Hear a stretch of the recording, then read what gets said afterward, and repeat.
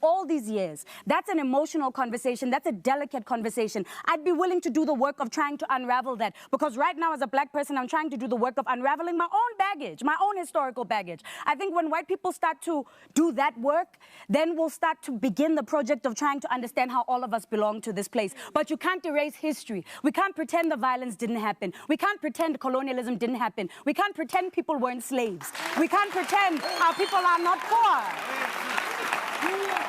It happened. It happened. I'd be willing to hear white people say, you know what, it was Kak trying to pretend that this situation was normal. But I'm not hearing white people do that work. All right. What would that be? All right. When you return, South Africa is a fractured mirror, a paradox of schizophrenic selves who don't talk to one another, who coexist together but don't live with each other. And this is the time when you can become the greatest substance of your dreams, unless you live in a shack and don't speak English and don't know what this poem means. Tell me how it's possible for people who walk on gold to not know how to read. South Africa is an old-fashioned mutt who knows how to sing and knows even better how to cuss, who knows how to pray when she's about to run out of luck, who knows how to laugh really hard when the tears have run her into a rut, who knows that race is a farce because when the lights are off, everybody's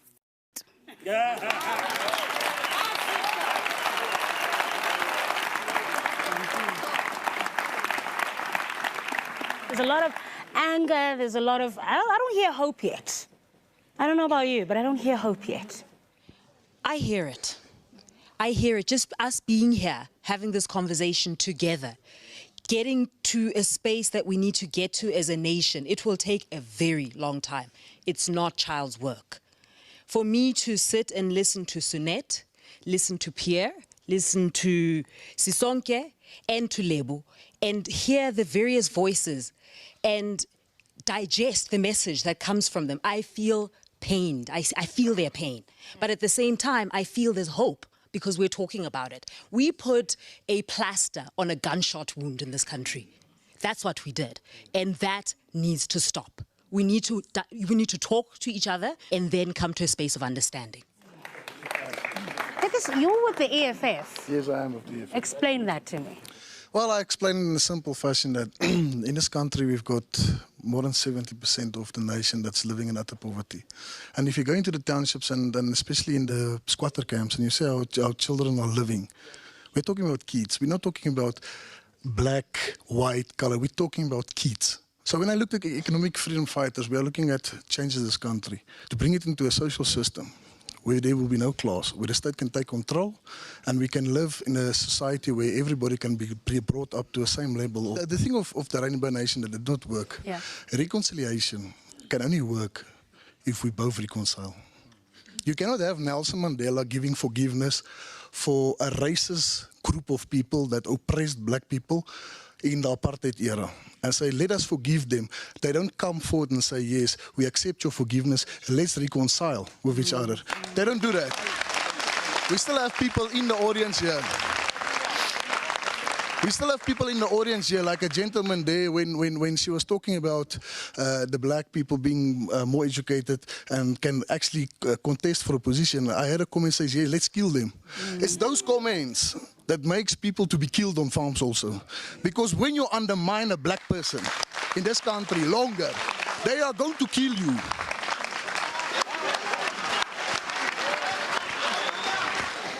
I'm Myrtle Wetboy and I'm from the South African Domestic Workers Union. It's not about color. It's not about whether I'm a colored. It's whether I'm a human being. And I think we need to do that. Do you know the pain of a domestic worker? Do you know what it is to be isolated in the backyard of employers? To sit there when the employer go out with their beautiful cars and I remain in the backyard. I was there in the apartheid years. But one man came out and he forgave. And that time, when I was in the struggle, I did not say I was a colored. I did not say Mandela is black. We were fighting for freedom. That is what we were doing. I did not classify myself as a colored. And when Comrade Mandela came out, he said there's black and there's white. And since that day I walked that path. I am black. And I am proud of it. If we want to free ourselves, we must free ourselves from this color thing. We're not going to become free because we are bitter. We are oppressed even in our working place. Our employers don't recognize us. We raise the children. But you find that at the end, you dismiss, you are stealing, my pant is missing, my sugar is missing. There's a certain amount of people which wants to create a nation of unity. And then there's us, the Boers. We don't take part in this, and we're not going to. And we're not going to go away. And we're the rightful owners of this land. So,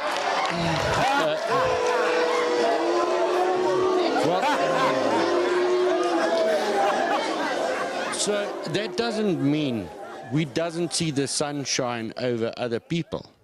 Okay, if you go back in history, you would actually see that the Boers have negotiated with the tribal chiefs and the kings, and we have see them as equal, and we have give them their peace. Okay. Now, Carry on, we can hear you. if we want to share one country, we must first accept the realities. Help me understand something. If we're going to live in the same country, but you don't want unity, how do we do it? We never wanted unity. No, I accept what you're saying. Okay. I accept that. That's what you said. What I'm saying is, then how do we live in one country? Oh, that's very easy, okay? We can live in this country happily if we have proper borders. So if the Boers have their land, and the Tswanas have their land, and the Zulus have their land, we do not want to mix. Leave Joburg for the cosmopolitans and all this type like Sounds like apartheid, though. Yeah, properly, yes. Okay, all right. Let me hear what my panelists have to say. Mr. Langa? Why did you give me 30 seconds? Sit down. You heard me. Yes, only These two. This is intimidation. Tired of your black colonization. then leave. Because we are being bullied. Please leave. I'm not going because you say I'm going. I don't care. Please leave. Please leave. First and foremost, we are human. We are people. We happen to have color. And I think that is the one crucial thing we always forget. At the end of the day, we all bleed, we die, we get hungry, we hurt, we're in pain. And the issue really comes when we start comparing each other's pain, that my pain is worse than yours. And I think what's happened today, we've had some very heated discussions, we've had some people leaving, and I think that's perfect, because it means we are starting to be honest with ourselves as South Africans. So what's happening, when people are not ready to deal with the reality and the truth, they will go away. But at some point, they're going to have to come back. And I wanted to actually ask the young man over there who says that, like, you know, like there needs to be like a separate place for the Boers, the Tswanas and all that. How do you feel if your daughter decided to marry a black man? How do you feel about that? I cannot see that happen. No, I'm saying if she wanted to. No, then it's a choice. Then she go off in life with her choices and she live with it. I don't see you as a lesser person. I only see you as a different person than my culture. And I love my own. When you're looking at the South African coat of arms, it talks about diverse people unite. It is not a suggestion, it's a command. It's like diverse people unite. And I think we actually forget that this is what we're supposed to do as South Africans, that we're supposed, yes, the acknowledgement of our diversity is there, but we have to unite in our diversity. Sisonke? what happens is conversations about race tend to attract those who have strong views, right? And so what happens is you are attracting people who feel a deep interest in the issue in a way that may not actually represent the norm. And I think in many ways, South Africans are going about their lives, living them, deeply divided, unequal, making friends, making enemies, but we are in the business of living to a large extent very non-violently. So I will say that the thing that has concerned me the most about the conversation today was the intimidation and the edge of violence. And it speaks to something that we didn't put on the agenda, but I think that we should, which is gender. Because the reality is there was a very masculine intimidation style that was going on here, a kind of bullying. And I think that often the ways in which aggressive racism plays themselves out far more amongst men in particular ways than amongst women. This is not to say that madams are not racist. But one of the things that we also have to recognize, and this is where I insist on holding myself accountable, is that there are black madams who treat their staff horribly. Yeah? So while race is an important category and an important conversation, there are moments when we have to be honest enough to check ourselves and then to transcend a racial conversation for a bigger conversation that is about class. Yeah? The reality of South Africa is what happened in the studio. The coloured community is also a minority group and their rights are being ignored, and even in the Cape, where they were the first people there. When we did Red October, which people still criticise us for, it was about minority rights, and in the Cape, the coloureds and the Malay people took part. We do not have a democracy, we have a majority rule. Small groups of people are losing their identity, they are losing their cultures. He's asking if he'll be happy if his daughter marries a black guy. You know what? I know very many black men will not be happy if their daughters marry a white dude. Because we should retain our cultures. We should be proud of it. We should keep our languages, our traditions. I mean, I can't imagine some dude coming to my house and bringing me 6 cows for my daughter. But, you know. No, it'll be 50. Oh, 50 cows. When we return, we get the final word from our audience and our panel. People must be glad they're not killed. Why didn't anybody say anything? And why didn't anybody say that's racist? And say, how can Tutu say that? White people must be glad they're not killed. Because it's true. Because it's true. It's true. My question is based to Sune about the Red October. I actually don't understand why white people tend to be rhinos that you guys are in danger. You need to accept what you have done to the country and you need to sit down and allow us to heal. We have accepted what you guys did. Because what is the whole point of this Rainbow Nation?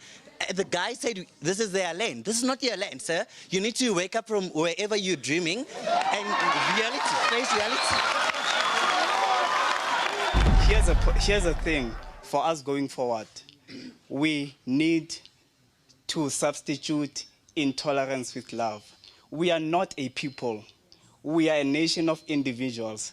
If we are a nation, we need to stop tolerating, but we really need to love each other. It's interesting when I look at your country, which has only got about 11 tribes, while Kenya has about 45. And to be able to put a nation together is quite a mammoth job. And you must admit that 300 years is a long time to undo in 20 years. The question is, what are we going to do? How are we going to implement a program that is going to unravel this over a period of time? As the young people, we are colorblind to begin with. I have white friends, I had colored friends, I have Indian friends, I have friends from all spectrums. And when we get together, the most important thing is enjoying an experience of euphoria, enjoying an authentic experience of love, excitement, you know. We don't care if you're black, if you're white, where you come from. What's important is what's in here.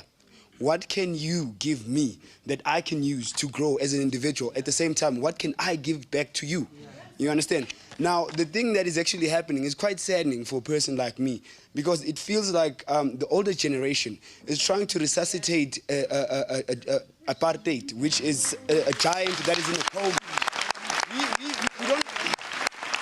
I don't believe that the Rainbow Nation project is dead. I believe it's limping. What's important is that as the nation, we need to come together and say, yes, fine, this is where we messed up. How can we work together moving forward?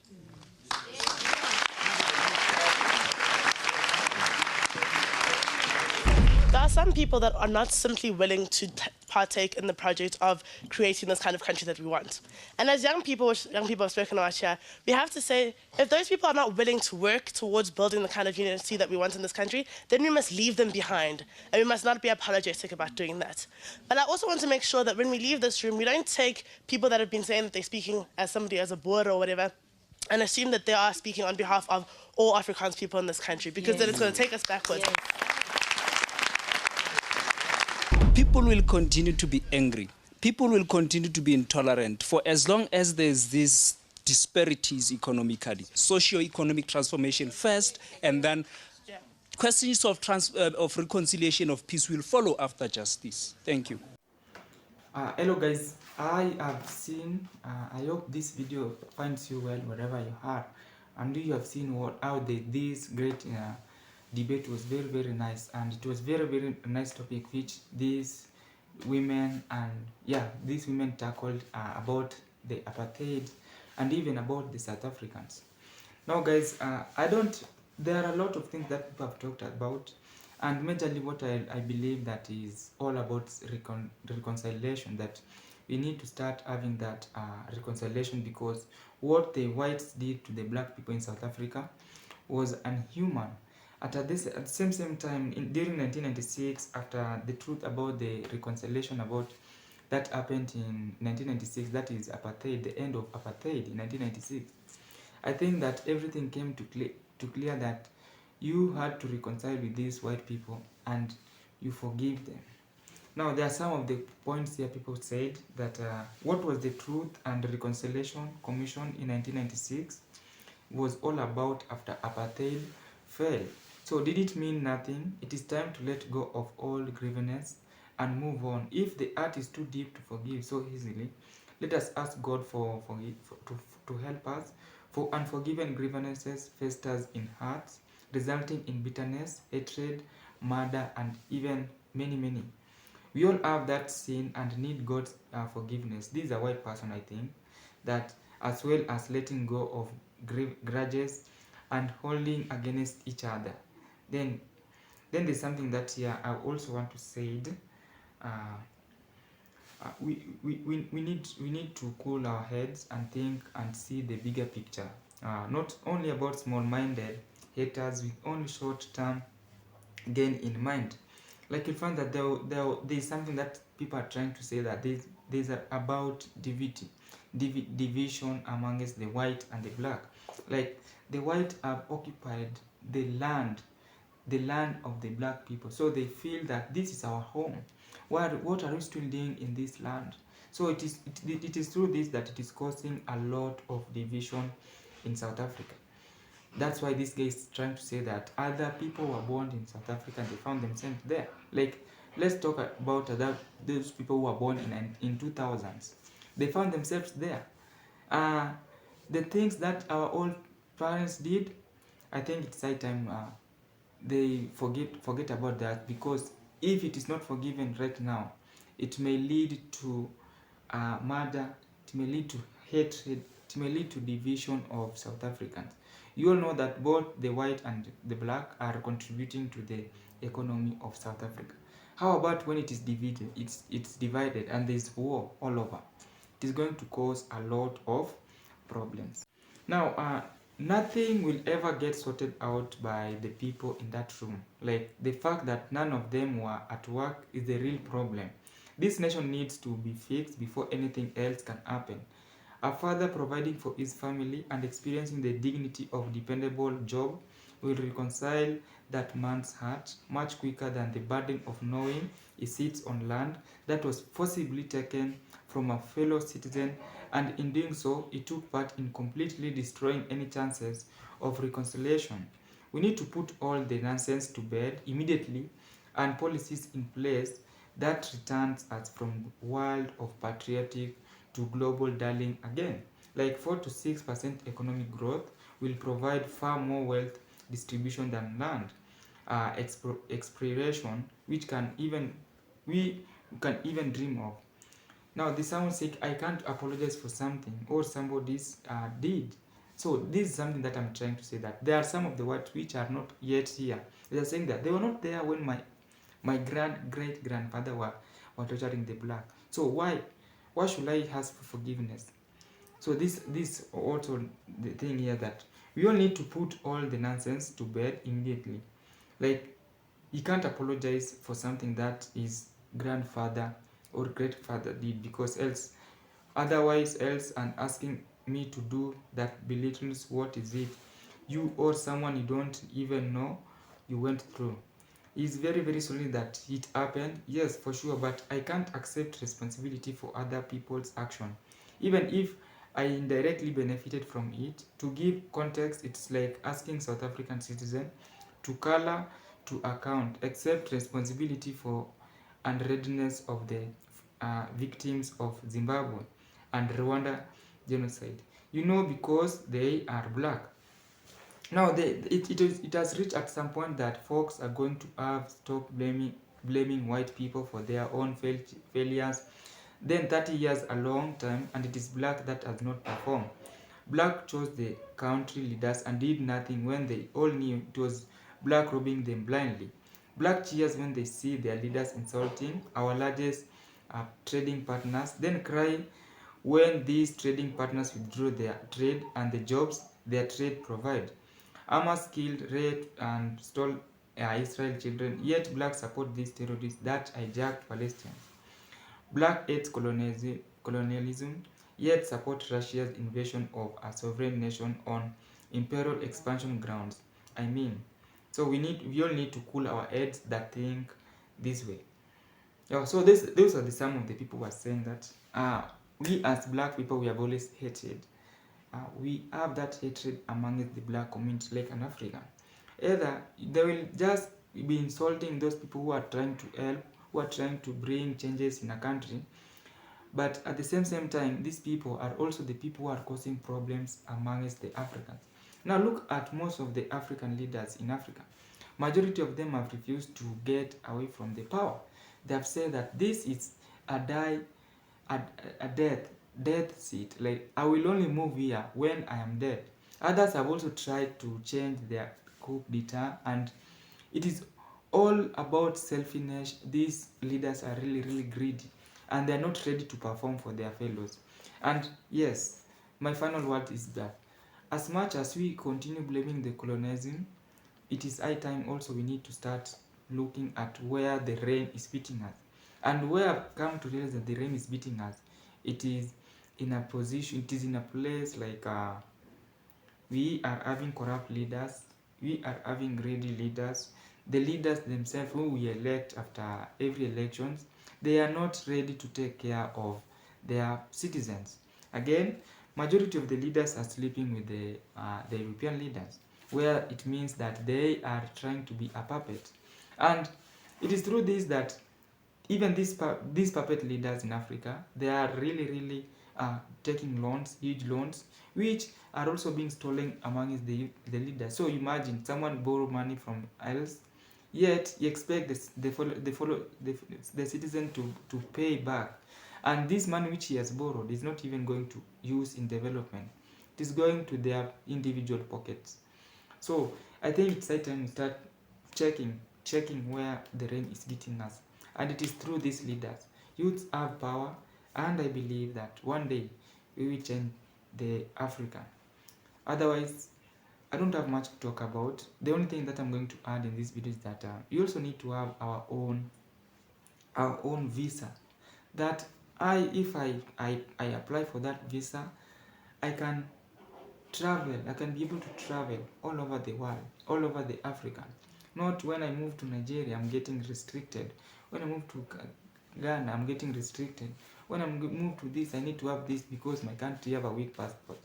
It is, let's start following what the Europeans are doing. Like, they are having high competition, yet they are also trying as much as possible to develop their country so that they cannot lag behind.